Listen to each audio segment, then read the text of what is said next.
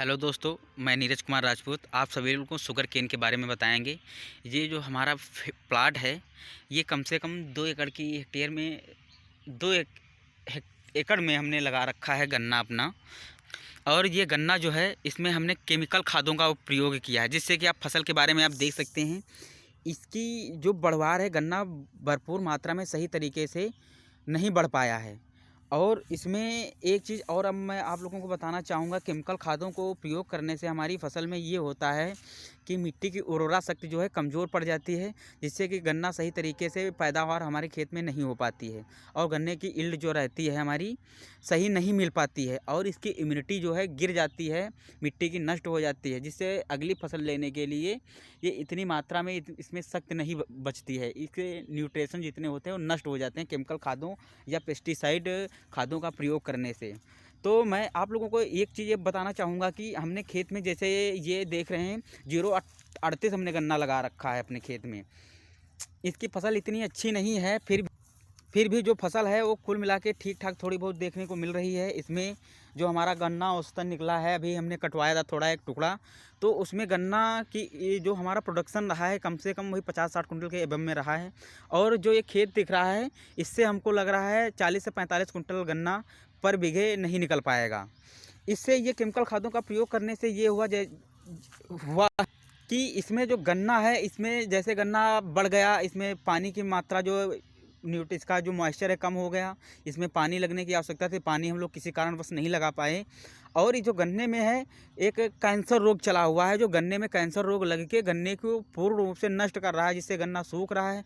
ऊपर का जो हरा वाला भाग होता है गन्ने का, वो जब सूख जाता है तो गन्ने का जो अंदर का जो पार्ट रहता है नीचे का, वो धीरे धीरे अपने अंदर की जो वो रहती है, इसकी अंदर के जो वो रहते हैं, इसके गन्ना जो है हल्का पड़ जाता है, जिससे कि ये सूखने लगता है गन्ना। और इससे जो प्रोडक्शन हमारा कम होता है। गन्ना आप देख रहे हैं, गन्ना भरपूर मात्रा में है, सही है, लेकिन ये नीचे से मोटा है, ऊपर पला हो गया है। इसका मेन कारण ये है कि जितने टाइम इसमें ये रोग लगा था, जो तना छेदक रोग लगता है इसमें एक शुंडी टाइप का, उस टाइम में हम लोगों ने इसमें क्या करते हैं, केमिकल खाद का प्रयोग करते हैं। केमिकल पेस्टिसाइड का हमने प्रयोग इसमें करवाया और इसका हमको जो निष्कर्ष इस बार अब देखने को मिल रहा है कि ये गन्ना जो है उस समय जो रोग लगा था वो तो नष्ट हो गया सही तरीके से, और खेत की जो इम्यूनिटी है पावर वो गिर गई, जिससे इम्यूनिटी पावर गिर गई और गन्ने के लिए जितनी इम्यूनिटी होनी चाहिए मिट्टी में, वो हमारी खेत में नहीं उपस्थित हो पाई। हमने उसमें क्या किया, यूरिया की अधिक मात्रा में उसको नाइट्रोजन दे दी।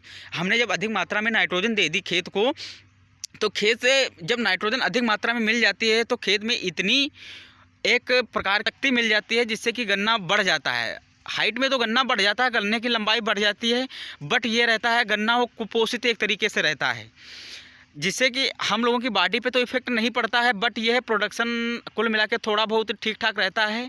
और ये होता है कि इससे ये होता है कि अगली फसल जो हमारी, इसके बाद जो हमारी पौधा कट जाएगा, उसके बाद जो हमारी पेड़ी होगी, उसमें जो इसका अंकुरण होगा, फुटाव मतलब जो इसके जड़ों से दूसरे पौधे निकलेंगे, कल्ले निकलेंगे, उनका फुटाव जो रहेगा वो बहुत कम मात्रा में रहेगा, क्योंकि इसमें कैंसर रोग लग चुका है। और कैंसर रोग लगने के कारण ये गन्ने का जो ऊपर से नीचे तक का भाग होता है पूर्ण रूप से एक हिसाब से हम कह सकते हैं नष्ट हो जाता है।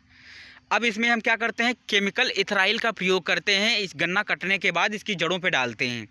जब गन्ना कटने के बाद इथराइल का हम प्रयोग करते हैं खेत में, तो इससे अंकुरण जो है अधिक मात्रा में कल्ले निकलते हैं। इथराइल का प्रयोग करने से अंकुरण तो खेत में अच्छी तरीके से हो जाता है, बट उसमें प्रॉब्लम ये रहती है, विभिन्न प्रकार के तरह तरह के रोग लगने लगते हैं, जिनके निराकरण के लिए हम लोग क्या करते हैं, केमिकल खादों का प्रयोग करते हैं।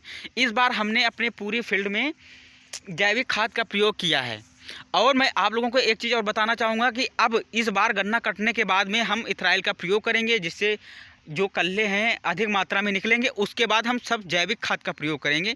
जैविक खाद का प्रयोग करने से ये होता है कि गन्ने की जो मात्रा है, अधिक मात्रा में कल्ले निकलते हैं, और गन्ने की जो पैदावार शुरुआत से रहती है वो गन्ना हेल्दी रहता है, मतलब पौधा उसका हेल्दी रहता है, तभी गन्ना अच्छी तरीके से पूर्ण रूप से बढ़ पाता है, अपनी पूर्ण मैच्योर स्थिति में रहता है। और गन्ना जो रहता है ये अच्छा खासा प्रोडक्शन देने वाला होता है। इसीलिए हम और इसीलिए हम इसमें इस बार सोच रहे हैं जैविक खाद का प्रयोग करेंगे, जिससे कि आने वाली जितनी जैसे कैंसर रोग हुआ, तना छेदक हुआ, सुंडी रोग हुआ और ये विभिन्न प्रकार के रोग लगते हैं और इसमें हम विभिन्न प्रकार के केमिकल या पेस्टिसाइड खादों उनका इंसेक्टिसाइड पेस्टिसाइड केमिकल चीज़ों का प्रयोग करते हैं, वो हमको प्रयोग ना करना पड़े। अगर हमारे खेत में किसी भी प्रकार का वीड पैदा होता है या तो किसी प्रकार का रोग लगता है, उसके लिए हम जैविक दवाओं का प्रयोग करेंगे। जैविक दवाओं का प्रयोग करने से ये रहता है कि हमारी फसल पे ही उसका प्रभाव पड़ता है और मिट्टी की जो न्यूट्रिशन होते हैं वो नष्ट नहीं हो पाते। और कुछ कीट हमारे ऐसे होते हैं जो हमारी मिट्टी की उर्वरा शक्ति को बढ़ाते हैं, वो केमिकल खादों का प्रयोग करने से नष्ट हो जाते हैं, जिससे कि हमारी उपजाऊ क्षमता जो है मिट्टी की नष्ट हो जाती है। और उसका लेवल लोकल गाँव के स्तर में किसान भाई हमारे उसका pH मान जो है सही से टेस्ट नहीं मिट्टी का करवा पाते हैं, जिससे कि अगली फसल के लिए उतना अवेलेबल नहीं होता जितना होना चाहिए। तो उसके लिए हम लोगों ने क्या किया है, एक अपनी टीम बना रखी है जो जगह जगह पे जाके और उन सब मिट्टियों की टेस्टिंग करते हैं और टेस्ट करने के बाद में उसकी pH वैल्यू देखते हैं कितनी pH वैल्यू है। उसी स्तर से हम लोग वहाँ पे जैविक खादें उसका टेस्ट करने के बाद में अगली फसल को लगवाते हैं, जिससे कि प्रोडक्शन अच्छा रहता है। तो मैं सभी किसान भाइयों से गुजारिश यही करूंगा कि जितनी सी ज़्यादा मात्रा में हो सके जैविक खादों का प्रयोग करें। जय हिंद, जय भारत, जय जवान, जय किसान।